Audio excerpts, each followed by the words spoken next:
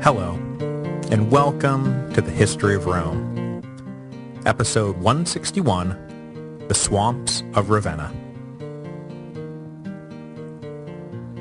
It wouldn't be fair to come down too hard on the successors of Theodosius for their failure to maintain even a semblance of cooperation between the eastern and western halves of the empire. After all, as two civil wars fully attested, it's not like Theodosius's reign had been a shiny beacon of collegiality. But still, as the year 400 dawned, it was clear that the leaders of the empire were simply not up to the task of maintaining imperial unity. In survey history books, the year 395 is often labeled as the year when the two halves of the empire became legally separate entities, when they split into being constitutionally independent political apparatuses. And though that is technically inaccurate, as a matter of understanding the transformations of late antiquity, I would say that, sure, that is more or less correct. From here on out, the East and West will act as rivals and enemies at least as often as they act as friends and allies. Officially, of course, there never was a legal divorce, and right up until the bitter end, everyone paid lip service to a unified Rome. But unofficially, off the record, yeah, they've been living in separate houses for years. As the year 400 dawned, though, that unofficial official separation was still in its infancy, and there really was a reasonable hope that the growing rift might be bridged. And so Stilicho, dominant statesman and general of the West, focused a huge amount of time and effort trying to build that bridge, the keystone being himself, naturally.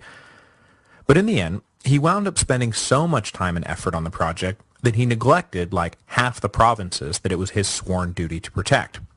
And this neglect eventually had catastrophic consequences, not just for Stilicho's own life and career, but for the Western Empire as a whole. For the moment, however, Stilicho was about as strong politically as any non-emperor had ever been. He had successfully parried the dangerous thrusts of Alaric and his Goths, and then quickly restored order in North Africa after Gildo revolted and cut off the grain supply. Meanwhile, his rivals in the East had been having a hell of a time staying in power, as ministers and generals picked each other off one by one in a series of palace coups. For a brief moment in 400, the ethnically Goth general Gainas was ascendant, but after he returned to Constantinople with an army mostly composed of his own countrymen, he discovered that the citizens of the capital were not too psyched about these barbarians occupying their city. After a series of escalating incidents, in midsummer, Constantinople broke out into a full-scale riot, forcing Gainas to pull his men out of the city and flee, leaving behind some 7,000 Goths who were cornered by the mob and ripped to pieces. Over the course of these riots, the imperial palace itself was, if not totally burned to the ground, at least heavily damaged by fire. Gainas fled north to the Danube, and after crossing the river, he sought out the most powerful of the Hunnic kings, a man named Olden, and attempted to forge an alliance. But Olden, who was in the process of methodically consolidating his domination over the lands north of the Danube, took the opportunity to make a showing of friendly good faith to the Romans, and he sent Gainas' head in a gift-wrap box back to Constantinople. With the East in a semi-sort of disarray, and the Empress Eudoxia now standing as the only real political leader of consequence, Stilicho was about ready to start re-pushing his claim to regency over Arcadius. But he was sidetracked by a barbarian invasion, and then really sidetracked when Alaric and his Goths invaded Italy. As we've already seen, the Hunnic migration into the Danube region led to massive population shifts among the existing barbarian populations. This process got started, of course, when Fritigern and his Goths came knocking back in the 370s, but that was just the opening round. In 401, a combined force of Vandals and Alans, fleeing from Olden's aforementioned attempts to subjugate them, reached the borders of the Roman Empire in the provinces of Raetia and Noricum, and, deciding that they stood a much better chance fighting Romans than fighting Huns, just kept right on moving west. Stilicho marched up from Italy at once, and through his usual brand of deft maneuvering was able to turn this horde back, but his deployment of the Italian army north of the Alps meant that the home province was now wide open to any threat that might happen along. Cue Alaric. As soon as Stilicho advanced out of Italy, Alaric saw a golden opportunity to gain some much-needed political and military security. His elevation to an official position within the Roman army had never been popular, nor were the subsidies that fed his people, who were now settled in Illyria. When his patron Eutropius was toppled, Alaric knew that his position was now shaky at best. When the people of Constantinople successfully drove Gaius and his Goths out of the capital, Alaric could see the writing on the wall. Pretty soon the supplies would stop coming in, he would be stripped of his command, and then very possibly toppled from power by his own angry countrymen. So in late 401, Alaric decided to go on the offensive, move west, and try his luck at extracting concessions from Milan.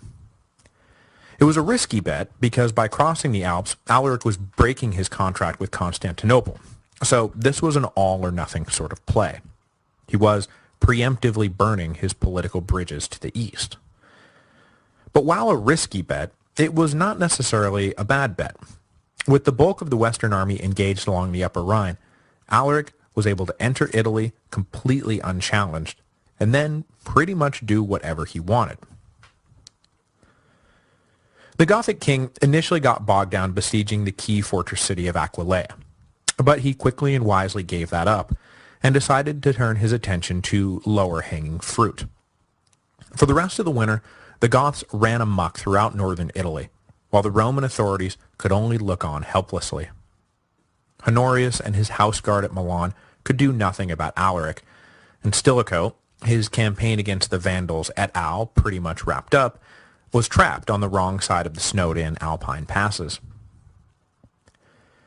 As the spring of 402 approached, Alaric still had not gotten the concessions he wanted, and so he decided it was time to play his last card before things were complicated by Stilicho's return. He marched on Milan and laid siege to the capital city.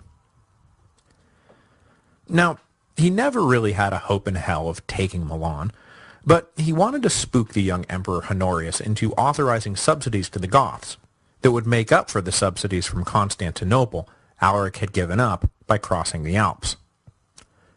Honorius was indeed spooked and almost fled to Gaul, but he was convinced to sit tight and wait for Stilicho to come back and save the day.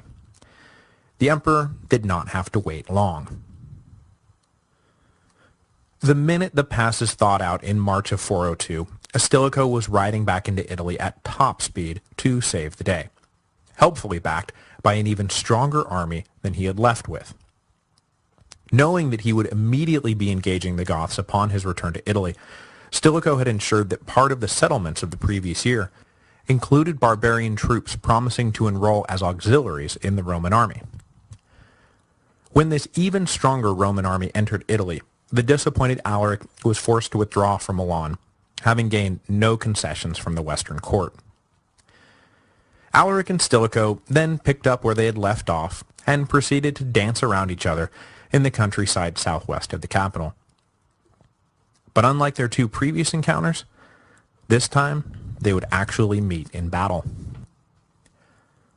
On Easter Sunday, Stilicho attacked the Goths near Pollentia, a city a little east of modern Torino. The timing of the attack was a bit scandalous, as it was understood by all sides that Easter was a holy day, and not a day for fighting. But Stilicho did not want to squander an opportunity. However, being a devout Christian himself, Stilicho was wary of leading the attack personally, so he put an ethnically Alaun and religiously pagan general in charge of the assault. The pagan barbarian general, as you can imagine, had no qualms about attacking on Easter Sunday, and the regular soldiers under his command, flush with the victory of the previous year, seemed eager to continue stomping the enemies of Rome, Easter Sunday or no. The Goths were taken by surprise, and after some fierce fighting, they were forced to make a run for it up into the mountains, losing control of their baggage train along the way. Stilicho opened negotiations with the Tweed Alaric, and in exchange for the Gothic king withdrawing from Italy for good, the Goths appear to have been granted some limited subsidies, and Alaric was allowed to maintain an official Roman command, this one bestowed by Milan rather than Constantinople. In the early summer of 402, Alaric then led his people on a slow march east back toward Illyria. And not to get off on too far of a tangent, but I have seen it noted a few places that this all took place in June of 403, a full year after the Battle of Pollentia, but in other places that it all took place in June of 402. Since the 402 date makes way more sense, that's the chronology I'm going with, because otherwise we'd have to explain why Alaric and his defeated army just sort of sat around in the mountains for 14 months. On his way back east, though, Alaric inexplicably decided to halt his march and make camp near Verona. There are a few different theories about why Alaric stopped, but all of them are purely speculative. He wanted to regain his honor by defeating Stilicho in a rematch battle. He wanted to try to cut a better deal with the Western court. He knew that having broken his pact with Constantinople, that there was a very good chance he was going to be attacked by the Eastern legions when he showed his face there again. Maybe it was a bit of all of these things, and maybe it was something else entirely. Whatever the reason, Stilicho apparently decided that enough was enough. It was time to crush Alaric once and for all. Potential asset or no, the Gothic king was proving to be way more trouble than he was worth. We have almost no details about the subsequent Battle of Verona, except that it turned out to be probably the worst defeat in Alaric's long and illustrious career. Stilicho's victory was so complete that a significant element of the Gothic high command defected to the Roman side in the aftermath of the battle. The most important of these defections was of course that of Sarus, a bitter rival of Alaric's, who would become a key ally of Stilicho's and then play a major role in the events surrounding the sack of Rome in 410. But noticeably absent from the victory was Alaric's head on a pike. The wily barbarian king had taken flight when the battle became clearly lost, and was now racing headlong for the Alps. Those in his army who did not defect raced after him. The chattering classes could not help but notice that once again Stilicho had let Alaric escape with his life.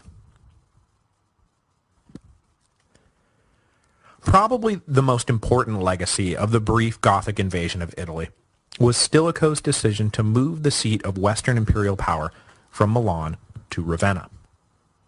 Though Alaric had never truly threatened Milan, his advance on the capital had proven that the city was vulnerable to attack. What would happen the next time an enemy decided to invade Italy while the Western legions were occupied elsewhere? Given the times, this was not a hypothetical question. It was a very real strategic dilemma.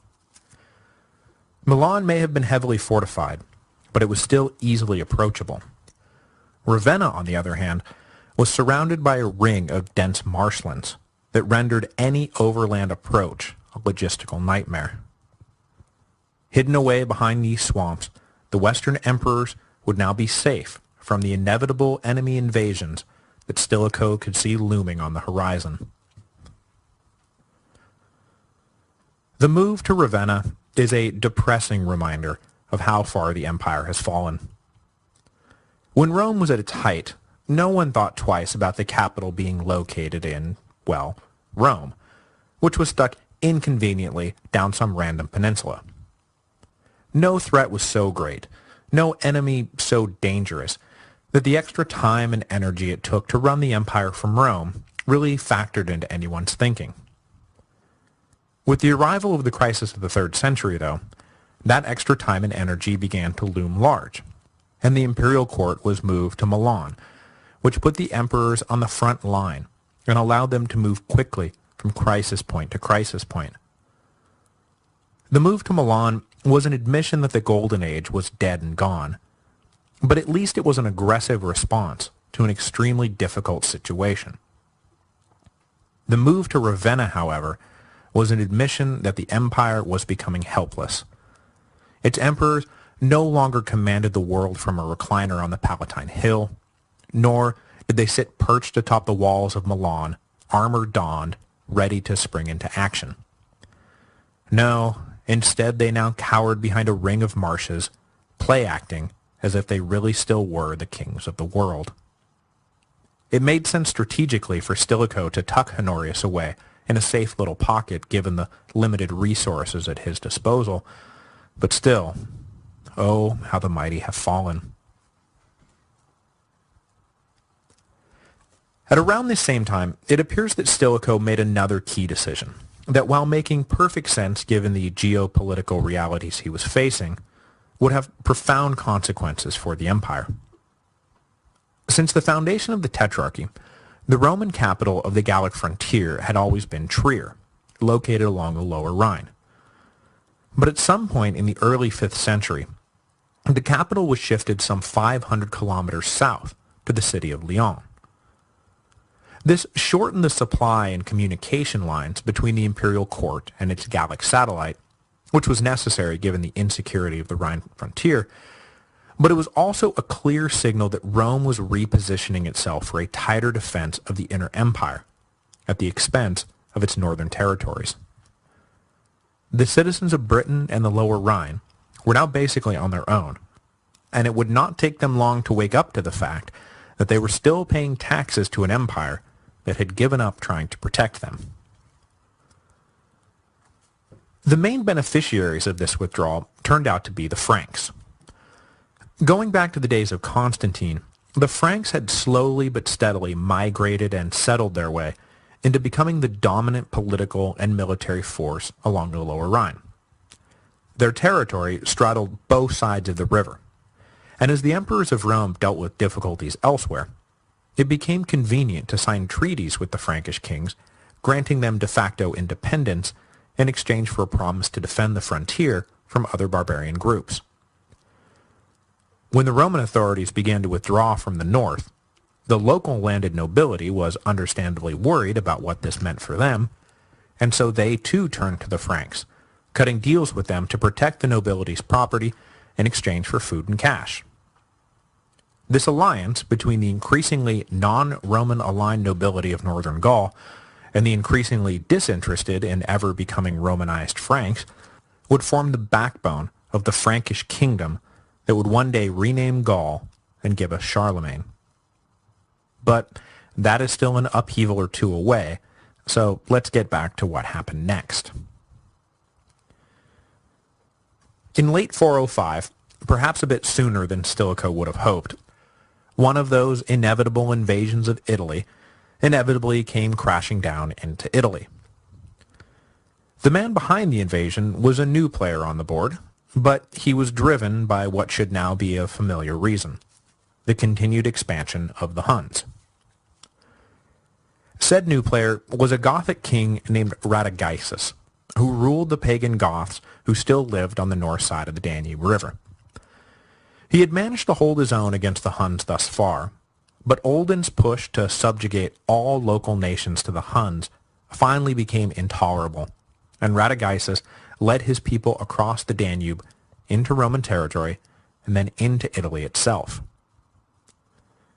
Exaggerated sources sometimes claim the total number of Goths under Radagaisus's leadership was some 400,000 men, women, and children, but modern estimates figure it was more like 100,000, with about 20,000 men in fighting shape. Radagaisus's lightning invasion just before the onset of winter took Stilicho off guard, and he was forced to sit tight for months until the spring allowed necessary reinforcements to arrive from Gaul.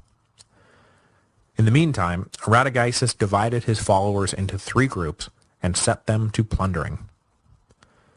Now this was a reasonable idea, given that having all those mouths to feed in the same place at the same time was a liability, but come the spring of 406, when Stilicho was reinforced, having the Gothic forces divided turned out to be the biggest liability of all. Backed by troops from the Rhine frontier, as well as Hun forces sent with the compliments of Olden, who not only wanted to continue courting the friendship of the Romans, but also wanted to send a message that you couldn't run from the Huns, Stilicho moved directly against the division of the Goths, led by Radagaisus himself. The Gothic king was engaged in a nearly successful siege of Florence when Stilicho arrived on the scene. The Goths, taken by surprise, were dispersed and unprepared, and so the Romans were able to easily scatter them. So easily, in fact, that it is reported that not a drop of Roman blood was spilled. Radagaisus and his people fled up into the Apennines, where, though safe from further attack, they were trapped and cut off from their compatriots. Pretty soon the Goths were in dire straits, and Radagaisus, either selfishly trying to escape or selflessly trying to make contact with the other two groups, was captured trying to make a run for it. He was brought before Stilicho, who had the Goth king executed without delay. The rest of the trapped Goths simply gave up. When the news that Radagaisus was dead and his warriors captured reached the other two groups, they too simply gave up the fight and surrendered to Roman forces. About 12,000 of the best Gothic fighters were promptly enrolled into the Roman army, while the rest were sold into slavery, collapsing the slave market in the process. Anyone left over headed back from whence they had come, most likely dreading the reception Olden had planned for them. Though circumstances never seemed to allow Stilicho to immediately deal with these invasions into Italy, no one could deny that when he finally was able to act, that he brought a swift conclusion to the crisis. In August of 406, then, Stilicho was at the high water mark of his career, twice now the savior of Italy, and he took the political capital he had earned and decided to spend it on his long-standing pet project of unifying the East and West under his personal control. The claims to regency over Arcadius were now a bit absurd. After all, the emperor was now in his late 20s, but that did not stop Stilicho from pressing for territorial concessions from Constantinople. Specifically, he demanded the return of the eastern half of Illyria, which, as you'll recall, had been ceded over to the east to create a unified theater of command for Theodosius right after the Battle of Adrianople. Stilicho thought it right and proper that it be returned to the purview of the Western Augustus, immediately. His saber-rattling on the issue included a threat to go to war to protect Honorius' claim to the territory, and possibly messages sent to Alaric pressing the Gothic king to once again go out a-plundering in Thrace. But all this saber-rattling was brought to a dramatic halt on New Year's Eve 406. Remember those Vandals and Alans who had been stopped in 401? Well, they were back on the move, this time joined by Burgundians and Alemanni. On the last day of 406, they crashed through the line that had been weakened when Stilicho brought down troops to deal with Radagaisus. Unpacified barbarians were now spilling across the border. Next week, we will deal with the deep consequences of this invasion. For starters, no, they never will be turned back. These Vandals are the same Vandals who will eventually wind their way down into North Africa and set up an independent kingdom for themselves. But more immediately, the invasion will lead to the complete political breakdown of the Northwestern Empire. Revolts and counter-revolts will lead to havoc far beyond the presence of a few barbarians, most dramatically demonstrated by the Roman withdrawal from Britain in 410. The end times are upon us, and the walls are crumbling down.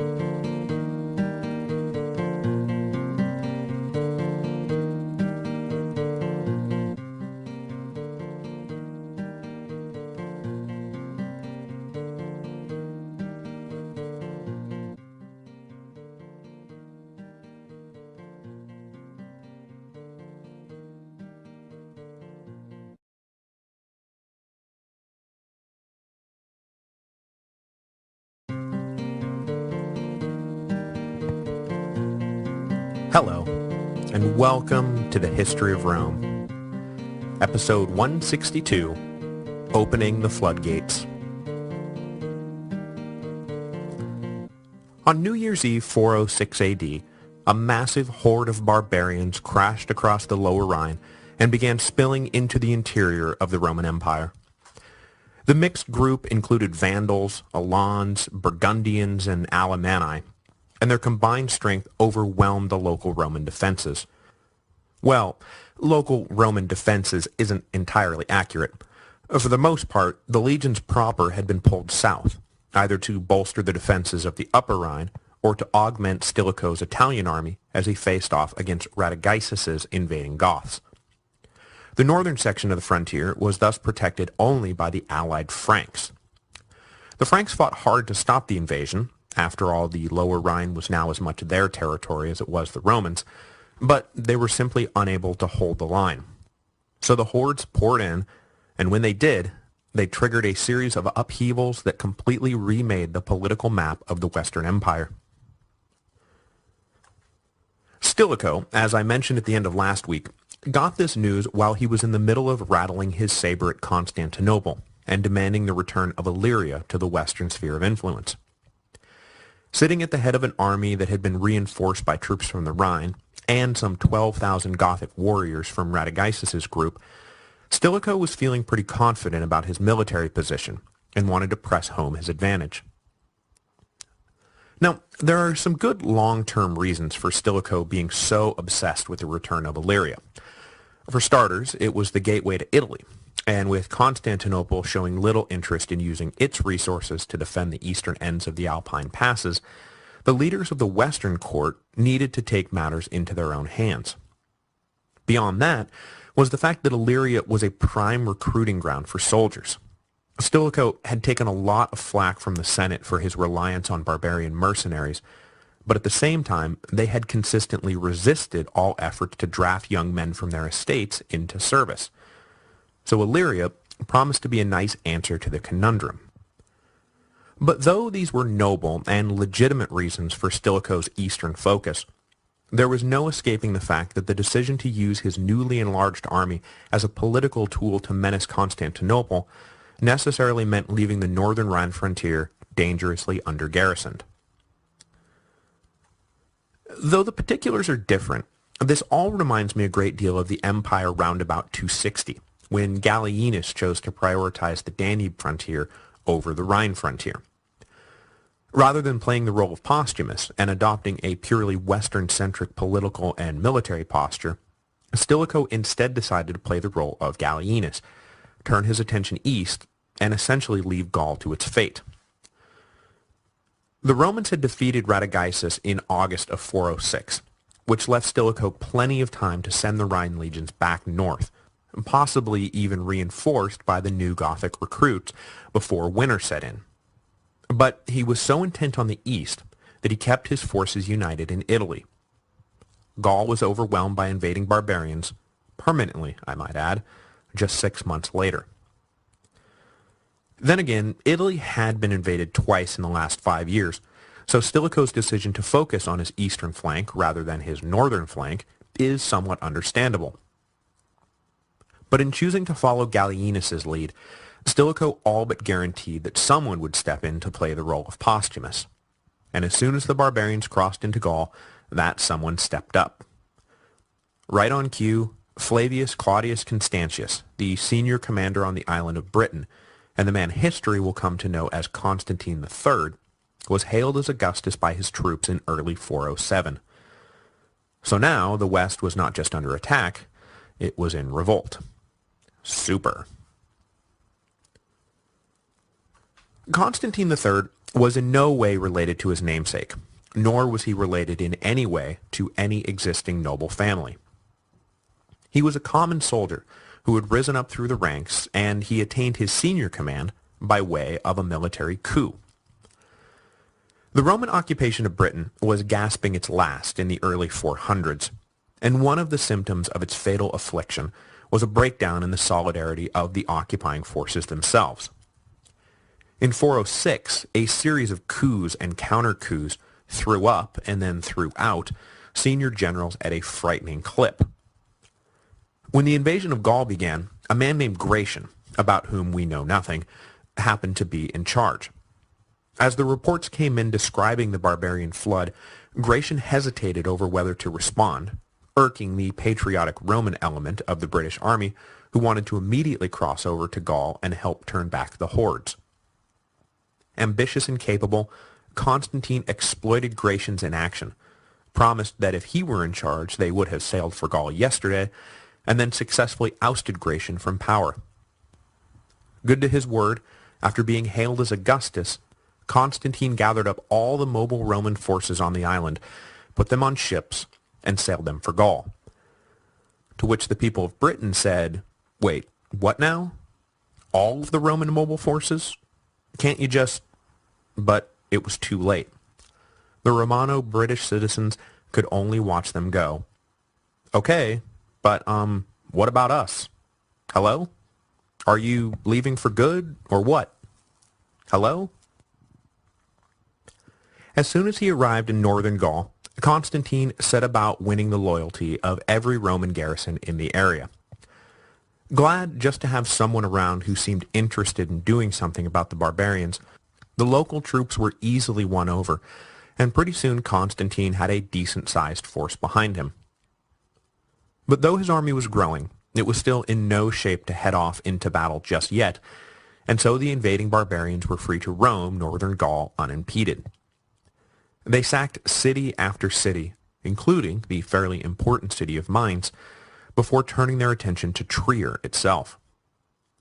But the old capital of Gaul was too heavily fortified, and after a bitter but unsuccessful siege, the barbarians peeled off in search of easier targets. Constantine, meanwhile, identified an isolated group of Saxons as a good place to start his campaign, and attacked them as soon as his army was ready to fight. Though the battle itself couldn't have been more than a glorified skirmish, when Constantine defeated the Saxons, it was a huge propaganda boon to his cause. To the citizens of Gaul, and eventually Spain, Constantine became a man worthy of their loyalty and their taxes, unlike those imperial do-nothings down in Ravenna, who sucked them dry and then left them to die. Stilicho's response to the invasion of Gaul was clearly not all that it should have been. But in his defense, I would like to note that he was up against one of the all-time great obstacles to adequate responses: lack of information. With winter raging and the local Gallic ministry now headquartered down in Lyon, dispatches from the northern front were few, and the descriptions they contained were vague. "Oh, by the way, some barbarians have crossed over the Rhine, and you should probably send reinforcements." But a hostile tribe crossing the Rhine was a regular event these days, and everyone always wanted reinforcements. Given his immediate reaction to the crisis, and then his later reaction when spring came and much more detailed reports came in, it is difficult to conclude that Stilicho thought something huge was underway in Gaul, and simply chose to ignore it. Because, though he had spent the winter positioning his army for a potential war with Constantinople, even after reports of the invasion had come down, as soon as spring came and Stilicho discovered how bad things really were, he wheeled them around and pointed them toward Gaul. Unfortunately for everyone, Stilicho's only immediate response to the crisis was to send a group of allied Vandals, who had been settled in Pannonia, up into Gaul to reinforce the local defenses. You can imagine the reaction of the leaders of Trier when this new horde of Vandals showed up on their doorstep, claiming that Stilicho had sent them, and let us in because we're hungry. I wouldn't believe that line in a million years, not after I had just spent a week fighting tooth and nail against some other horde of Vandals. So these reinforcements were predictably denied access to the city. But without supplies of their own, the allied Vandals did the only thing they could think of to survive. They joined in the plundering. Stilicho's reinforcements thus wound up reinforcing only the enemy. Whoops. Come the spring of 407, the lines of communication thawed out, and the full extent of the chaos became apparent to the court of Ravenna. But if you thought hordes of barbarians running amok and a Roman general who claimed an imperial title trying to turn them back was chaotic, well, just wait, because the lines between those two are about to become super blurry.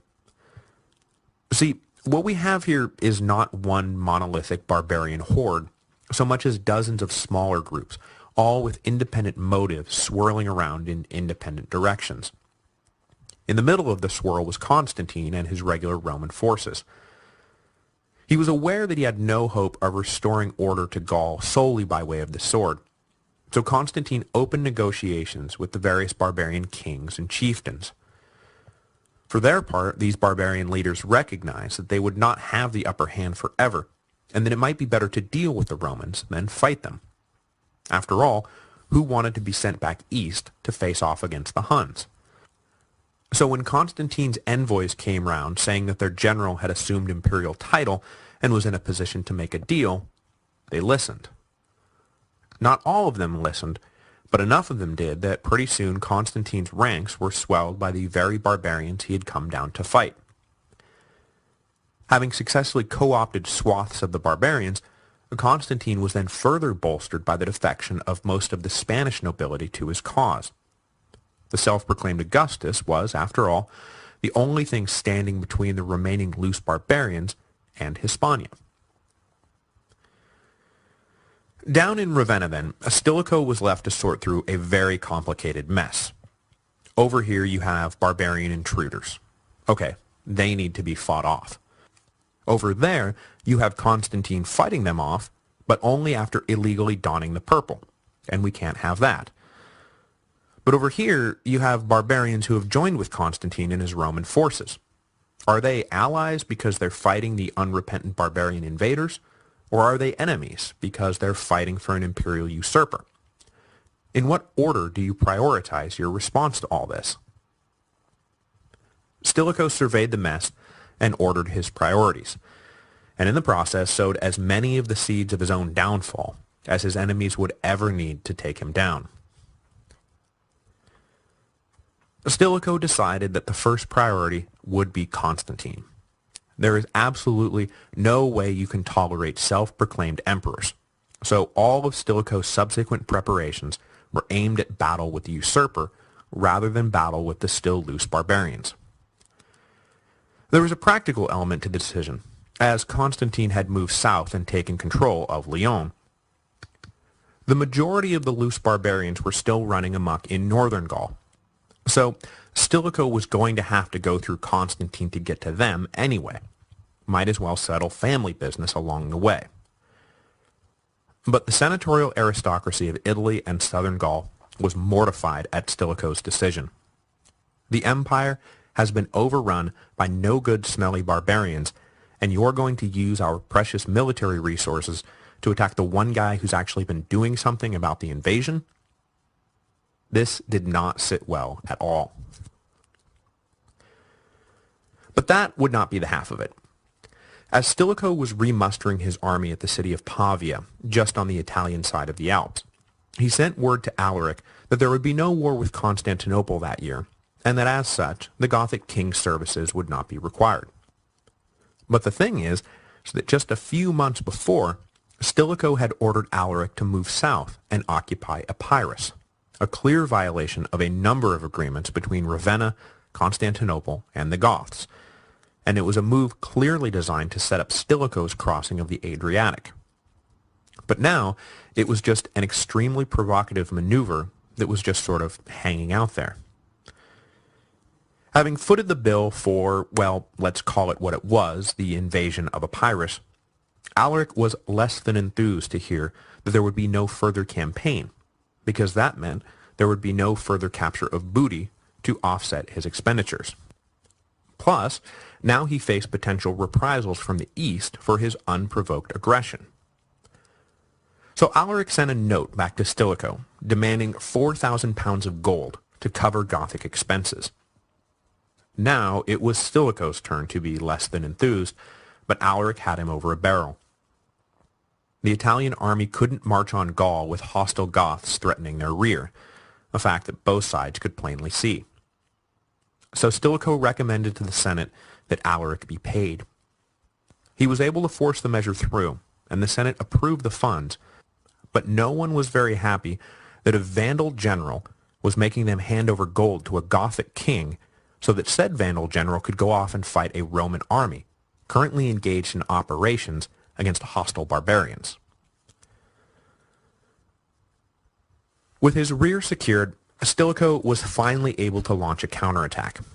But by then, the campaign season had drawn to a close, so everything was put on hold until early spring 408. As soon as the pass is thawed out, though, the Italian army was marching north, led by Sarus, the Goth general who had defected to Rome following the Battle of Verona in 402. Stilicho, his political power eroding, stayed behind in Ravenna to ensure that his enemies did not get a hold of the easily manipulated Emperor Honorius. Sarus met an advance guard of Constantine's army almost the minute he crossed over the Alps, but after a fierce fight, Constantine's men were broken and driven off. Sarus followed this victory by pushing hard to the city of Valentia, where Constantine himself had taken up residence. Sarus besieged the city, but before he could capture the self-proclaimed Augustus and bring a swift end to this rebellion, reinforcements that Constantine had recruited from the Lower Rhine suddenly appeared and drove Sarus off. The timing of this relief army was excellent, but their arrival was more a matter of coincidence than anything else. Assembled to put down a nascent counter-revolution brewing in Spain, the troops just so happened to already be on the way south when Sarus began the siege of Valentia, and so Constantine wound up saved, and Sarus wound up driven off. Now outnumbered locally, Sarus deemed it prudent to withdraw back to Italy and regroup, but as his army approached the Alps, he discovered just how low the prestige of the Italian imperial regime had been laid. An armed and organized band of locals, part freedom fighters and part brigands, had occupied the passes after Sarus passed through the first time, and they were now demanding that the Romans pay a ransom for passage. Although Sarus probably could have forced the issue, the rebels were entrenched, and it would have cost time and resources that the Gothic general didn't have time to spare. So he paid the ransom and carried on. The optics of a Roman imperial army paying a toll to pass through their own backyard was terrible, and lost on exactly no one. In May of 408, Stilicho was preparing the troops for another invasion, this one to coincide with a Theodosian family-led uprising in Spain, that's the nascent counter-revolt I just mentioned, when a bombshell dropped in from the east. The Emperor Arcadius was dead. He was 30 or 31 years old and had been Emperor of the East for 13 years. I'm going to circle back around and cover the last few years' worth of events in Constantinople next week, and for now, I'm just going to focus on the implications of Arcadius' death for the West, specifically the implications for Stilicho. The Vandal general had never gotten over his desire to control both halves of the empire, and Arcadius' death opened up what would probably be his last best chance to unite East and West under his personal control. The logical heir to the throne was Arcadius' 7-year-old son, Theodosius II, but with Honorius now the senior Augustus in the empire, Stilicho argued that the West ought to have some say in how the regime change played out. The last thing Stilicho needed was his enemies in Constantinople, of which there were legion at this point, dominating some new child emperor. Honorius was keen to travel himself to Constantinople and oversee the transition of power, but Stilicho was worried that Honorius too would fall under the sway of the Eastern ministers should he be allowed to leave Italy, and so, citing a number of convenient reasons, that the trip would cost too much, that it would leave Italy open to invasion from Constantine, Stilicho convinced Honorius to stay in Ravenna. Instead, he, Stilicho, would go and represent Honorius' interests. Now, this course of action was not without its own dangers. After all, while Stilicho was gone, his enemies back in Italy, of which there were also legion at this point, could worm their way into Honorius' ear and turn the emperor against him. But the opportunity to put his stamp on the imperial court of Constantinople proved too alluring, and in the summer of 408, Stilicho made preparations to leave. When Honorius and Stilicho parted ways in August, a devious minister and arch foe of Stilicho's named Olympius swooped in and started spinning a treacherous tale to the emperor. Stilicho, he said, was not going to Constantinople to ensure that Honorius's interests would be protected. He was going to push aside young Theodosius II and install his own son, Eucharius, on the eastern throne. This was not necessarily an implausible accusation. After all, Eucharius, by way of Stilicho's wife Serena, was the lawful and acknowledged grandson of Theodosius the Great.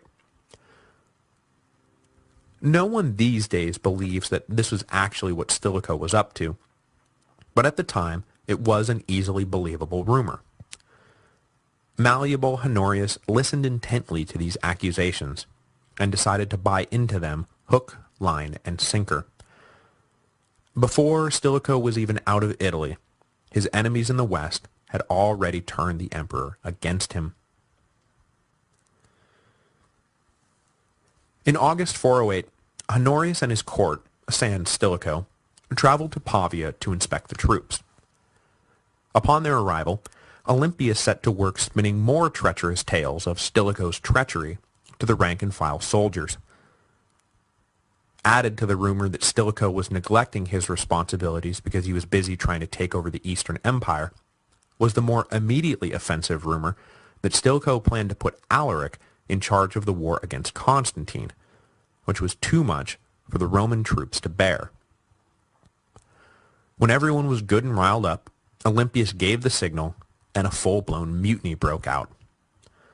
Honorius fled to the safety of his imperial residence, but most of the high-ranking officers in the army, all allies of Stilicho, were tracked down and killed by the mob. Stilicho was in Bologna when the mutiny broke out, and he immediately recognized what had happened. Olympius had turned the regular Roman forces against him, which meant that Olympius was now almost certainly in control of Honorius. At that moment, Stilicho only had auxiliary forces available to him, a Hunnic bodyguard and the Goths who had come over after the Battle of Verona. If he contemplated using them to reassert his power, he didn't contemplate it for long. Using barbarians to attack regular Roman forces, who were under Honorius's personal banner no less, wasn't going to win him any friends. When it became clear that Stilicho was hesitating and that this might be the end for the Vandal general, the Gothic general Sarus withdrew with his forces to see how events played out, a move that likely saved his own life and position in the post-Stilicho purges. Now thoroughly isolated, Stilicho traveled to Ravenna to await the return of the imperial court. If he was able to meet with Honorius, he might be able to talk sense to the boy. But if he could not, and this really was his time, he was apparently determined not to make a messy play for his life. The empire was weak enough. Another civil war wasn't in anyone's interest.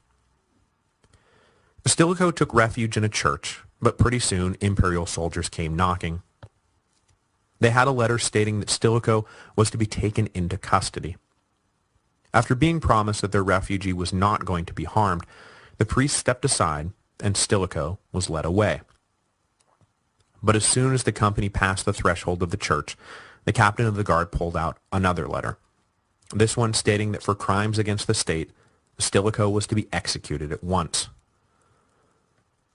The few retainers left with the Vandal general tried to protest, but their master waved them off. He knew that his time had come. On August 22nd, 408, Stilicho was beheaded. He was 49 years old and had more or less been the ruler of the Western Empire for the last 13 years. Stilicho was among the last truly capable leaders of the Western Empire, and though his policies were at times controversial, they should all be seen as the work of a man trying to hold together a disintegrating empire with limited resources and enemies in every direction. Aside from his obsession with controlling the Eastern court, Stilicho scrupulously maintained a pragmatic approach to war and politics, and he succeeded for more than a decade, while his counterparts in the East rose and fell with the seasons. He was not a perfect leader, and I don't think his actions were always as noble and idealistic as some have made them out to be. But if you're going to have a guy utterly dominating a weak emperor the way that Stilicho utterly dominated Honorius, oh man, you could do so much worse. Next week, we will see just how much worse you can do. Because the minute Stilicho's head was separated from his body, it became clear to everyone just how many balls the Vandal general had been personally juggling. Anti-barbarian racism that Stilicho had kept in check is about to rise to the surface, which will drive all those carefully cultivated auxiliary forces into the waiting arms of Alaric. Petty personal squabbles will then lead to a breakdown of civility between Ravenna and the Goths, which will lead to another invasion, which will then lead to the first sacking of Rome in 800 years.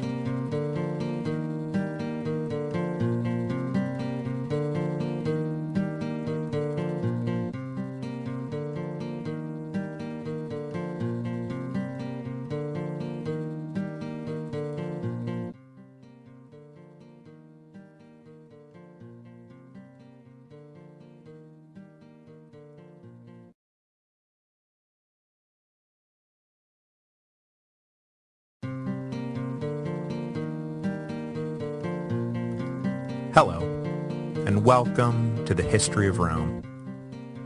Episode 163, Theodosius's Walls. We've spent the last 2 weeks focused primarily on the Western Empire during the first decade of the 400s AD. So before we just keep barreling along into the sack of Rome and the fall of Constantine III, I want to double back and bring the Eastern Empire up to speed. But, just so you know, as soon as we're caught up, we're going to head right back to the West because really, that's where all the action is right now. The thing to understand about the eastern half of the empire in the years after Theodosius's death is that though the Eastern court was far less stable politically than the Stilicho-led Western court, the Eastern provinces as a whole were far more stable than the Western provinces as a whole. The population migrations brought on by the Hunnic advance onto the Hungarian plain tended to drive displaced local barbarian tribes west rather than south, which meant, as we saw last week, that the western provinces wound up dealing with the consequences of those disruptive migrations. On top of that, Sassanid Persia had been peaceful since signing a treaty with Theodosius back in the 380s, a treaty that Stilicho helped broker. So the eastern legions could afford to focus on deflecting those barbarian migrations west instead of allowing them to come south. Indeed, in just a minute, Constantinople and the Sassanids will renew their peaceful terms, and that renewal will further stabilize the eastern provinces, both because it meant the Romans didn't have to pour resources into fighting the Persians, but also because it meant the lucrative trade routes to and from Asia remained open for business. As we've seen, in the late 390s and early 400s, the Emperor Arcadius was dominated by a shifting cast of ministers and generals who focused on winning and holding power at least as much as they focused on actually governing the Eastern Empire. The only permanent political presence during these years was the Empress Eudoxia, whose influence over her husband never wavered while all these ministers rose and fell around her. In fact, the only real challenge to her authority came not from some ambitious prefect or powerful general, but from an incorruptible clergyman who had risen to become Bishop of Constantinople, John Chrysostom, also known as John the Golden-Mouthed. Though he would never achieve the same sort of political success that Ambrose of Milan had achieved, there were two critical similarities between the two men. First, both were fearless when it came to challenging imperial authority, and second, both were wildly popular with the masses. John tended towards a vow of poverty form of Christianity, and early in his life he had gone so far as to spend a few years living as an ascetic hermit. After nearly dying from his self-imposed deprivations, John returned to civilization and began preaching. He liked to use simple language to teach practical interpretations of Scripture, rather than using highfalutin rhetoric to teach snooze-inducing abstract philosophy, and he quickly became a favorite of the common people. Because of this popularity, John was tapped to become Bishop of Constantinople in 398, but at first he refused. He genuinely did not want to get caught up in the trappings of power that came along with such an important office. But when pressed, he relented, though he refused to temper his beliefs in any way. He was unapologetic about denouncing the extravagant lifestyles enjoyed by the ruling elite, and one of his favorite targets became Eudoxia, who was similarly unapologetic about said extravagant lifestyle. Pretty soon, the bishop's constant hammering began to have an effect, and the popularity of the empress fell precipitously. So in 403, Eudoxia finally decided she had had enough of this gadfly bishop, and so she organized a church council whose sole purpose was to oust John and replace him with someone more agreeable. But the empress underestimated John's popularity, and when the council completed its task and John was dumped from the bishopric, unrest bordering on riots broke out across Constantinople.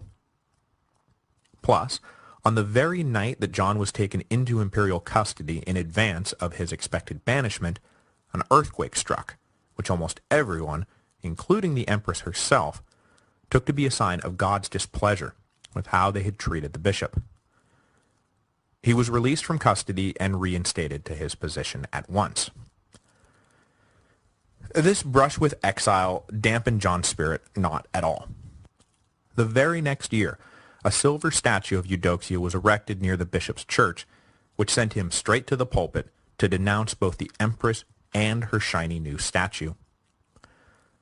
This would prove to be the last straw, and when Eudoxia and her allies moved against John this time, there was no earthquake to make them think twice. The bishop was exiled from Constantinople, and despite a concerted campaign to recall him, he never would return. Unfortunately for the empress, though, she would not have long to enjoy an uncritiqued life of luxury, because in mid-404, she died suddenly of a pregnancy-related infection.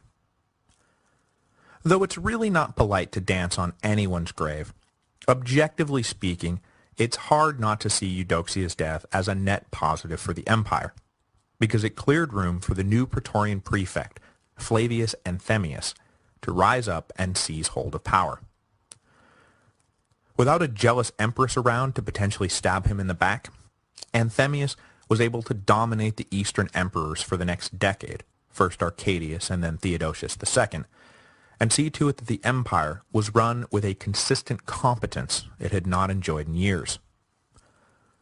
Not only that, but Anthemius is more or less personally responsible for the Byzantine Empire holding out as long as it did, because as soon as he came to power, the prefect initiated one of the most important construction projects in world history, the building of the Theodosian walls. Now, I have had the good fortune to stand atop the Theodosian walls on 3 separate occasions, and I can tell you straight up that there is a reason Constantinople was simply invulnerable to overland assaults. When you approach the fortification line, there is a short initial wall to trip up you and your siege engines. That short wall stands in front of the much larger outer wall, which stands about 8 meters tall. Behind that much larger wall are huge towers about 20 meters tall that would be able to rain hell and damnation down on your head while you struggle valiantly to get over the top of the 8-meter wall. But once you're over the top of the 8-meter wall, the reality of your situation would have hit you full in the face, because about 20 meters beyond the 8-meter wall was an even larger wall about 12 meters tall. All you've managed to do is plop yourself down in a no-man's-land trench filled with mud and debris that would stick you in place while the soldiers on top of the even bigger inner wall and the guard towers rained further hell and damnation down on your head. No one got out of that pit of despair alive. The Theodosian walls would be completed around 414, during the reign of young Theodosius II, hence the name, and for the next 1,000 years, they would repel every attempt to take Constantinople by land. It took the invention of the cannon, and then the construction of literally the biggest cannon ever built by humans, to finally break through. I've posted some pictures that we took of the walls during the first set of History of Rome tours up at the historyofrome.typepad.com. Honestly, my heart goes out to every foot soldier ever ordered by some megalomaniacal general to attack the Theodosian walls. With the physical defense of the capital city taken care of, Anthemius then turned his attention to broader security concerns. As I just mentioned, historically speaking, the biggest threats to the Eastern Empire always came from the direction of Persia, first from the Parthians and then from the Sassanids. With the Huns now moving decisively onto the Hungarian plain, where they would pose a permanent threat to the northern border, Anthemius knew that any kind of conflict with the Sassanids would be disastrous. The Huns already posed enough of a threat that Anthemius had ordered a humongous wall built to guard Constantinople. If troops ever had to be peeled off to fight in Syria, that could have been the ball game right there. So Anthemius sent envoys to the Sassanid court and very respectfully renewed the terms that had kept the two empires at peace for the last generation. In other words, at just the right moment, Constantinople fell under the sway of an eminently practical man who did not suffer any trumped-up delusions of grandeur. He was not petty, he did not make politics personal, and he didn't appear to have much of an agenda beyond protecting and serving the empire. What made Anthemius' arrival so perfectly timed was the fact that Arcadius wound up dying on his watch in 408. As we've seen ad nauseum, transitions of imperial power can be times fraught with danger, and even though an heir was in place, that heir was just 7 years old. So opportunists of every shape and size were sharpening their long knives and getting ready to make their move. But with Anthemius firmly entrenched in power, the transition from Arcadius to the 7-year-old Theodosius II was, kind of anticlimactic. The prefect was able to provide a continuity of leadership and a continuity of policy that allowed the empire to move seamlessly into being ruled by a boy emperor without missing a beat. Child emperors are only as good as their regents, and not unlike Stilicho and Honorius, in Anthemius, Theodosius II had a rock-solid regent. Speaking of Stilicho, the only thing that really could have screwed up the transition of power in 408 would have been Stilicho showing up and making all kinds of noise about his own claim to power. Though I think it's a good thing that the trip never happened, it would have been kind of cool to see Stilicho and Anthemius square off in a fight for control of Constantinople. I don't particularly like Stilicho's chances, given the enormous home field advantage Anthemius would have enjoyed, but still, it would have made for some good theater. Sadly, though, Stilicho was betrayed, and then he calmly allowed himself to be beheaded in order to nobly avert a civil war, which I suppose was pretty good theater too. Okay, so that brings us back up to where we left off last week. The East is now in the capable hands of Anthemius, while the West is presently falling into the bungling hands of Stilicho's successors. The bungling got started right away when Olympius, the minister who had undermined Stilicho to death, decided to give in to the absolute worst impulses of his age. You'll recall that both the Italian nobility and the rank-and-file foot soldiers of the regular Roman army had been none too pleased about Stilicho's pro-barbarian policies, which were really just an extension of Theodosius's pro-barbarian policies, by the way. They didn't like taking orders from barbarian officers, they didn't like using gold to buy the support of barbarian kings, and they really, really didn't like Alaric and his Goths. With Stilicho out of the way, Olympius just went ahead and let all this irrational hatred off its leash.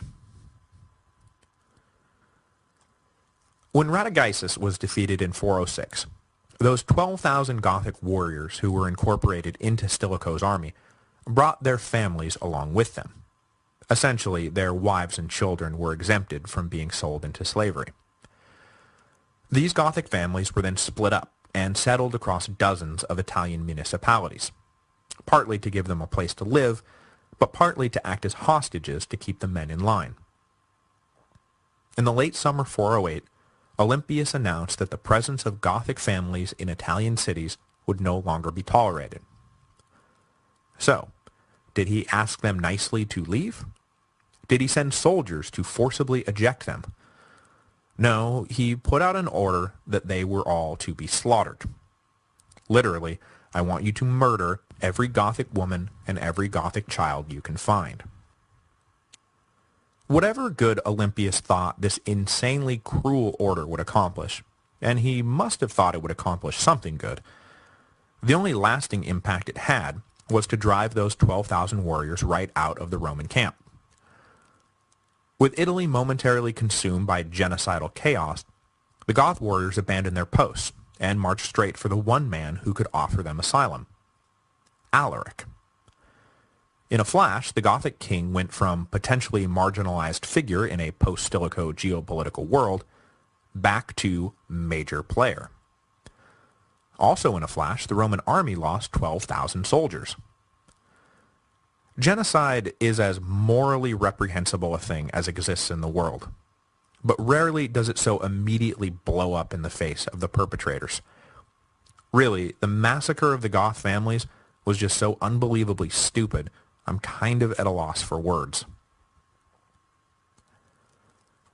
Alaric wasted no time seizing the day, and with the enthusiastic backing of his new revenge-minded recruits, he immediately marched them and the rest of his army over the Alps into Italy. With the regular Roman forces mostly prepared for the coming offensive against Constantine in Gaul, Alaric was able to pass into Italy without so much as an arrow being shot in his direction. Plus, with the addition of Radagaisus's Goths, Alaric now led an army comparable numerically to the Roman forces stationed at Pavia. Beating the Goths in battle now was by no means a sure thing, so the Roman high command couldn't take the risk of a direct confrontation. I mean, what if they lost? During Alaric's first invasion of Italy, he had kept mostly to the northern edges of the home province, since that's where the military and political centers of the Western Empire now were. But this time, he decided to play a more psychologically terrifying card.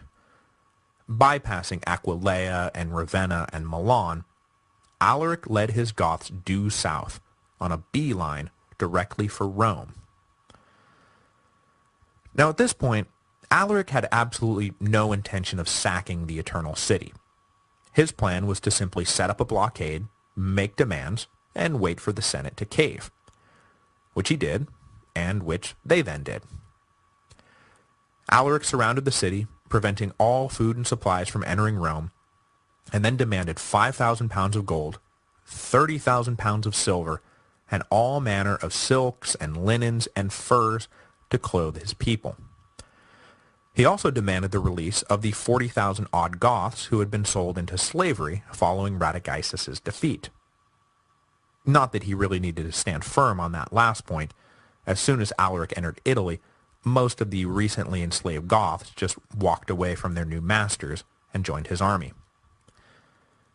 The Senate deemed the blockade obviously unbreakable and agreed to meet all of Alaric's demands.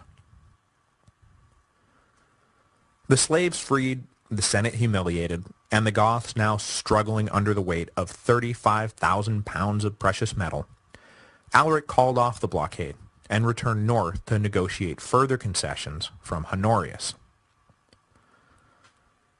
Now the thing we must keep in mind about Alaric is that despite any preconceptions we might have about him being some rampaging barbarians because of the fact that, yes, he is about to sack Rome, this whole adventure, the invasion, the blockade, and eventually the sack itself, were all just part of his larger struggle with the Western court for political recognition.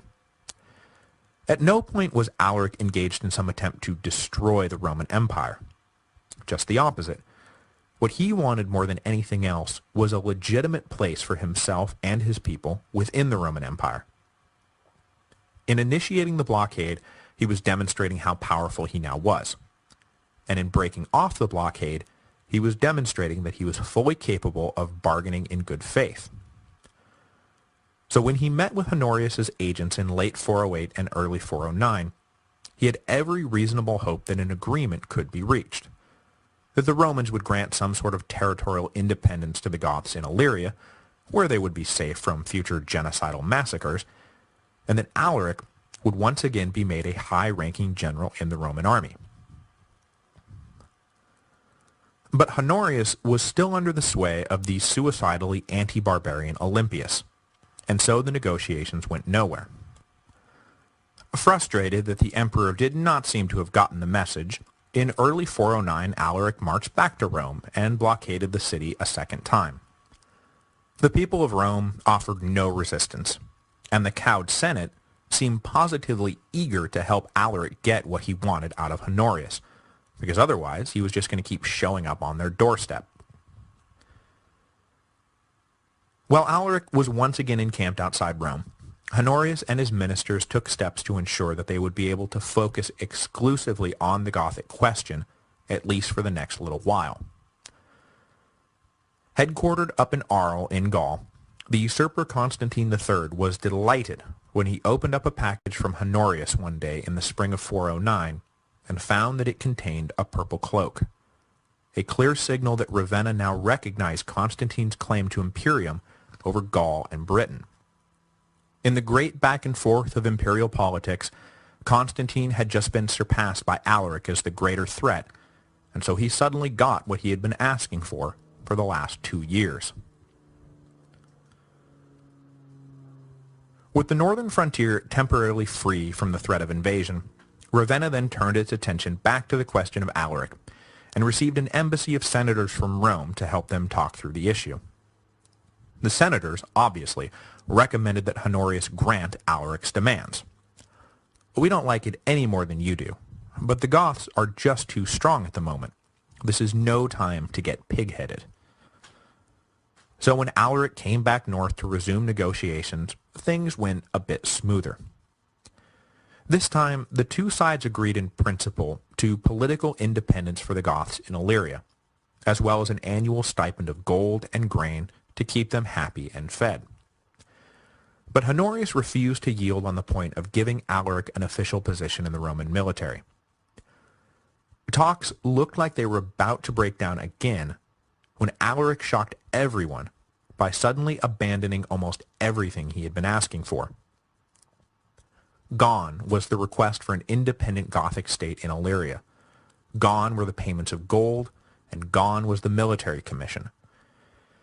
Instead, Alaric came back with a simple proposal. Let us go live along the Danube border in Noricum. Send us enough grain to help keep us fed, and we'll live in peace and defend the frontiers for you. In his excellent book, The Fall of the Roman Empire, Peter Heather speculates that this sudden about-face was driven by Alaric's long-range sensors, which picked up on the fact that though the Romans were weak now, they would not be weak forever. Take them to the cleaners today, and they may come back tomorrow when they're strong again, and take it all back with interest. But ask them for only a few supplies and the right to live in peace, and the Romans might consider us friends forever. Everyone expected the deal to go through. I mean, why wouldn't it? But at the 11th hour, Ravenna rejected all terms and broke off negotiations. There is probably something that explains this otherwise inexplicable rejection of what appears to be a criminally good deal for Rome, but we don't seem to have it. Alaric promised to go away for a song, and Honorius refused to sing. So Alaric packed his bags and headed back to Rome for the third time. When he got there, he decided to up the ante. He picked an amenable and influential senator of Greek origin named Priscus Attalus, and had the Senate proclaim their colleague Augustus of the Western Empire. If Honorius wasn't even going to pretend to play ball, then it was time to ditch him and recognize a whole new emperor, one who would actually listen to reason. So now there were three rival imperial courts in the west. Constantine III up in Arles, who was backed by a mix of regular troops and barbarian allies, Honorius in Ravenna, who was backed by some palace guards and the swamps of Ravenna, and Priscus down in Rome, backed by Alaric and his Goths. Next time, we will throw them all into the octagon to see who winds up being the last man standing. I say next time because the holidays are upon us once again, and as usual, I'm going to take the next 2 weeks off for Christmas and New Year's and all the jam-packed family fun contained therein. But we'll be back on January the 8th for the sack of Rome, the rise of Attila, and the rest of the rocket sled ride into the abyss. Before we go, though, I should also mention that a few spots have opened up on the History of Rome's next tour in March, so if someone's been asking you what you want for Saturnalia, I'm just saying that would be a pretty awesome present. Okay, happy Saturnalia to you all, and I'll see you next year.